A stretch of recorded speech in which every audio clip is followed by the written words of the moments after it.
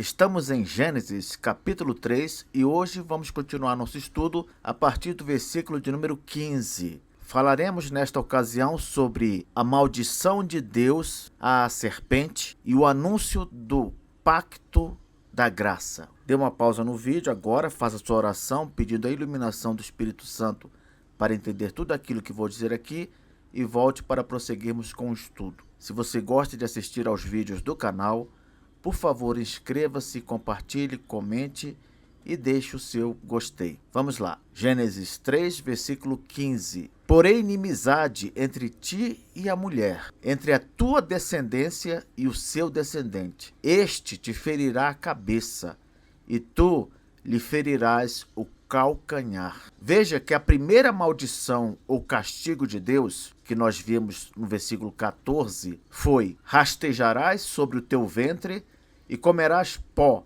todos os dias da tua vida. Não foi isso? Mas para quem Deus disse essas palavras? Foi para o animal cobra, não é verdade? Agora, Deus pronuncia a punição, ou castigo, ou maldição sobre aquele que possuiu a cobra. Quem? Satanás. Professor, como é que nós sabemos que foi Satanás quem estava por trás da cobra? Nós sabemos disso porque essa é a interpretação majoritária entre os cristãos. É praticamente uma unanimidade. Todos entendem que a cobra do Éden foi possuída por Satanás. O texto que confirma essa interpretação é Apocalipse 12, 9, que diz: e foi expulso o grande dragão, a antiga serpente, que se chama Diabo e Satanás, o sedutor de todo o mundo.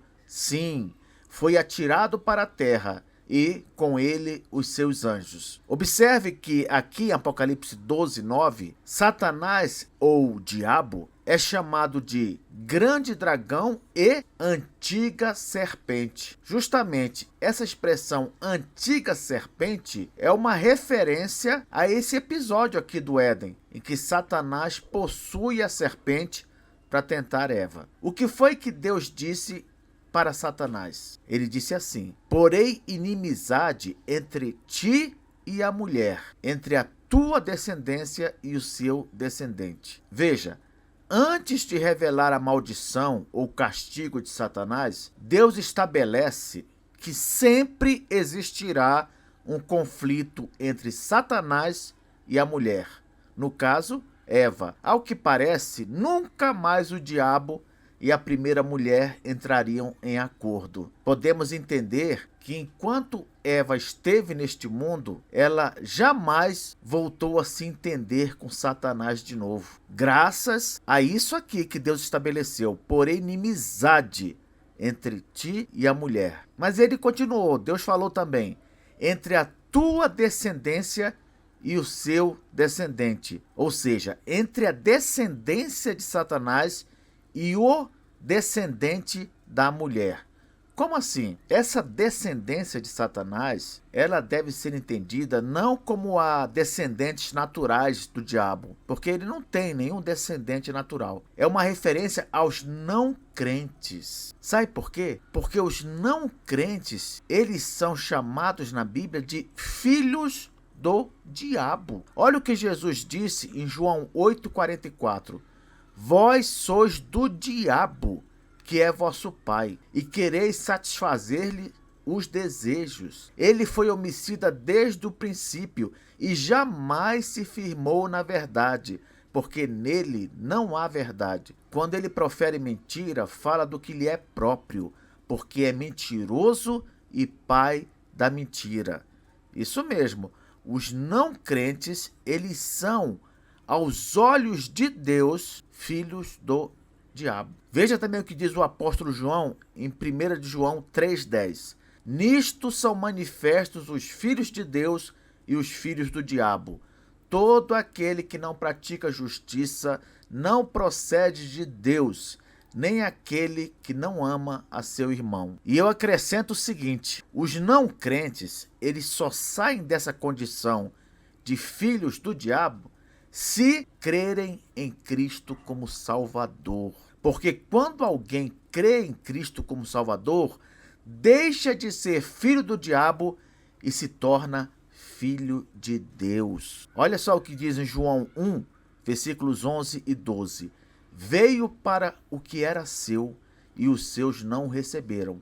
Mas a todos quantos o receberam, deu-lhes o poder de serem feitos filhos de Deus, a saber, aos que creem no seu nome. Preste atenção no que eu vou dizer agora. Todo ser humano, ele pode ser considerado uma criatura de Deus. Todo ser humano. Agora, em termos espirituais, o ser humano que não é crente em Jesus é mencionado na Bíblia como filho do diabo. É justamente o que eu acabei de dizer aqui. Mas se você não é crente, há como mudar essa situação. Você precisa aceitar a Jesus como Senhor e Salvador de sua vida. Ao fazer isso, você tem a promessa aqui de João capítulo 1, versículo 12. A todos quantos o receberam, deu-lhes o poder de serem feitos filhos de Deus, a saber, aos que creem no seu nome.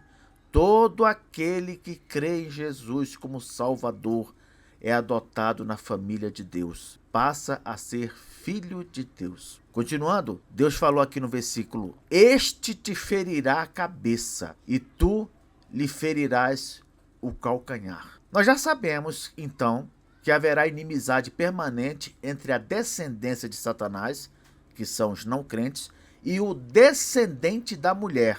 Mas qual descendente da mulher? Porque se Eva foi a primeira mulher, então todos os homens descenderam dela, não é verdade? Todo homem que já passou por este mundo e que ainda vai passar por ele é descendente de Eva. Quando Deus fala que o descendente da mulher vai ferir a cabeça de Satanás, quem é esse descendente? Obviamente, esse descendente é o Redentor, é o nosso Senhor Jesus Cristo. De fato, esta é a primeira menção dele na Bíblia, sabia disso? É por isso que este versículo 15 de Gênesis 3 é conhecido como proto-evangelho. Proto-evangelho significa primeiro evangelho ou primeira boa notícia. Trata-se da primeira promessa de salvação após a queda do homem e da mulher no Jardim do Éden. Aqui nós temos o que os teólogos reformados, a teologia reformada, costuma chamar de pacto da graça. O anúncio do pacto da graça. Vocês se lembram da aula que eu dei sobre o pacto das obras, lá no comentário que eu fiz em Gênesis 2,17? Pois é, eu falei lá em Gênesis 2,17 que foi feito o pacto das obras com Adão no Éden. Era um pacto condicional. Como assim condicional? Ele tinha uma condição para o homem receber vida eterna. Que condição era essa? Obediência perfeita à lei de Deus. Já o pacto da graça, que surge agora, em Gênesis 3,15, ele é estabelecido após a queda e é um pacto incondicional. Como assim? O homem não tem de fazer nada, não tem de praticar obra alguma para ser salvo. O pacto da graça, como o próprio nome diz, da graça, graça você sabe, é um favor imerecido. Ele oferece a salvação e a vida eterna a todos aqueles que estão predestinados para a vida através da fé em Jesus Cristo. Professor, por que você falou predestinados para a vida? Porque observe o que dizem os textos a seguir. João 15,16, Jesus falando: não fostes vós que me escolhestes a mim. Pelo contrário, eu vos escolhi a vós outros e vos designei, para que vades e deis fruto, e o vosso fruto permaneça, a fim de que tudo quanto pedirdes ao Pai em meu nome, ele vô-lo conceda. Veja o que Jesus declara aqui: não fostes vós que me escolhestes a mim. Pelo contrário, eu vos escolhi. Ao contrário do que a maioria das igrejas ensina, não somos nós que escolhemos Jesus, não. Jesus é quem nos escolhe. João 6,37 diz, Jesus falando de novo, todo aquele que o Pai me dá, esse virá a mim. E o que vem a mim, de modo nenhum o lançarei fora. Por que uma pessoa vai a Jesus? Por quê? Porque ela quer? Não. Porque o Pai, ele dá essa pessoa a Jesus. E veja só que coisa gloriosa. Jesus fala, e todo que vem a mim, de modo nenhum o lançarei fora. Quando você vai a Jesus, você pode ter a certeza de que ele jamais vai deixar você escapar. Ah, professor, e essas pessoas que desviam da fé, que abandonam Jesus, como é que fica? Se for uma pessoa que foi dada pelo Pai a Cristo, esses desvios, eles são temporários. A pessoa haverá de voltar, porque o próprio Deus vai fazer com que isso aconteça. Atos 13:48.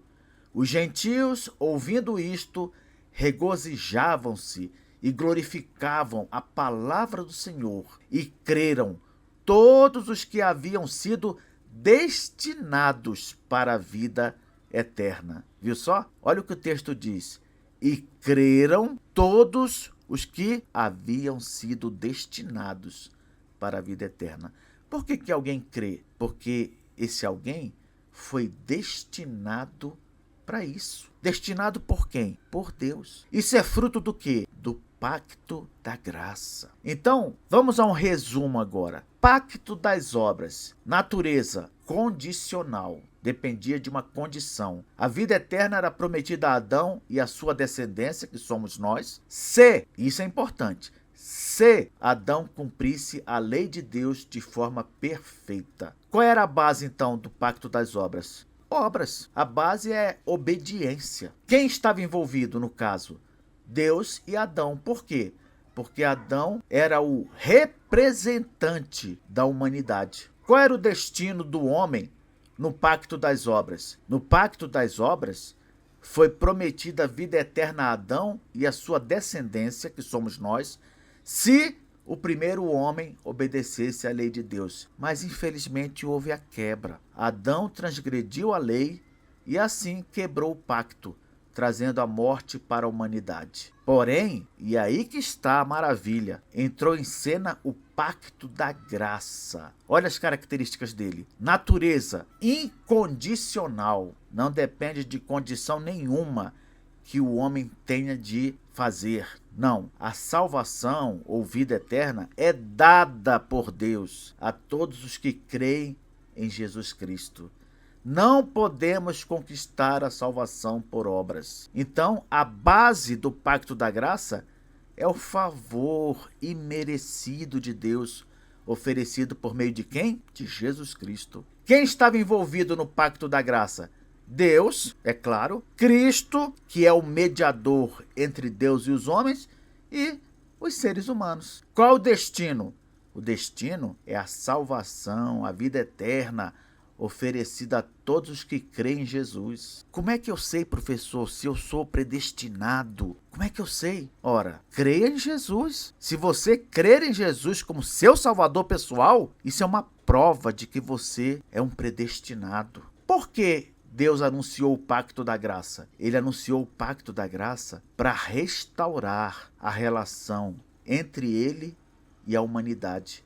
Essa relação que foi quebrada pelo pecado quando Adão não cumpriu o pacto das obras. Então Deus, no mesmo momento em que ele começa a pronunciar maldições após a queda, ele também anuncia: eu trago a solução. Por fim, guarde isso. O pacto das obras era um pacto de obediência, de merecimento. Enquanto o pacto da graça é um pacto de graça, como o próprio nome diz. É um pacto de favor imerecido. É um pacto que envolve apenas a fé, crer em Jesus. O primeiro foi quebrado por Adão. O segundo foi estabelecido para restaurar a relação entre Deus e a humanidade, oferecendo salvação por meio de Cristo. Uma coisa interessante é que a gente percebe que, na verdade, Jesus assumiu o pacto das obras.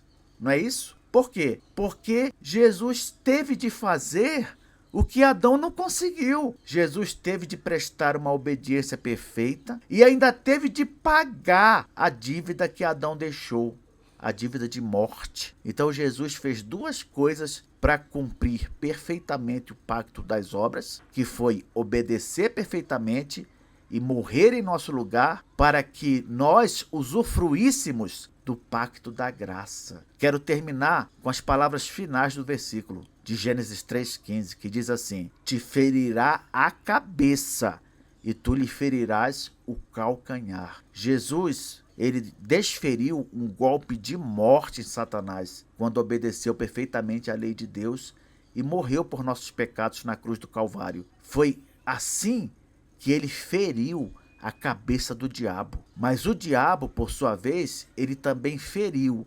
infelizmente, o calcanhar de Cristo. Como assim? Ele feriu o calcanhar de Cristo quando os não crentes, influenciados por ele, pelo maligno, humilharam, machucaram e mataram nosso Senhor. Mas ele venceu, ele ressuscitou, e todo aquele que nele crê terá a vida eterna.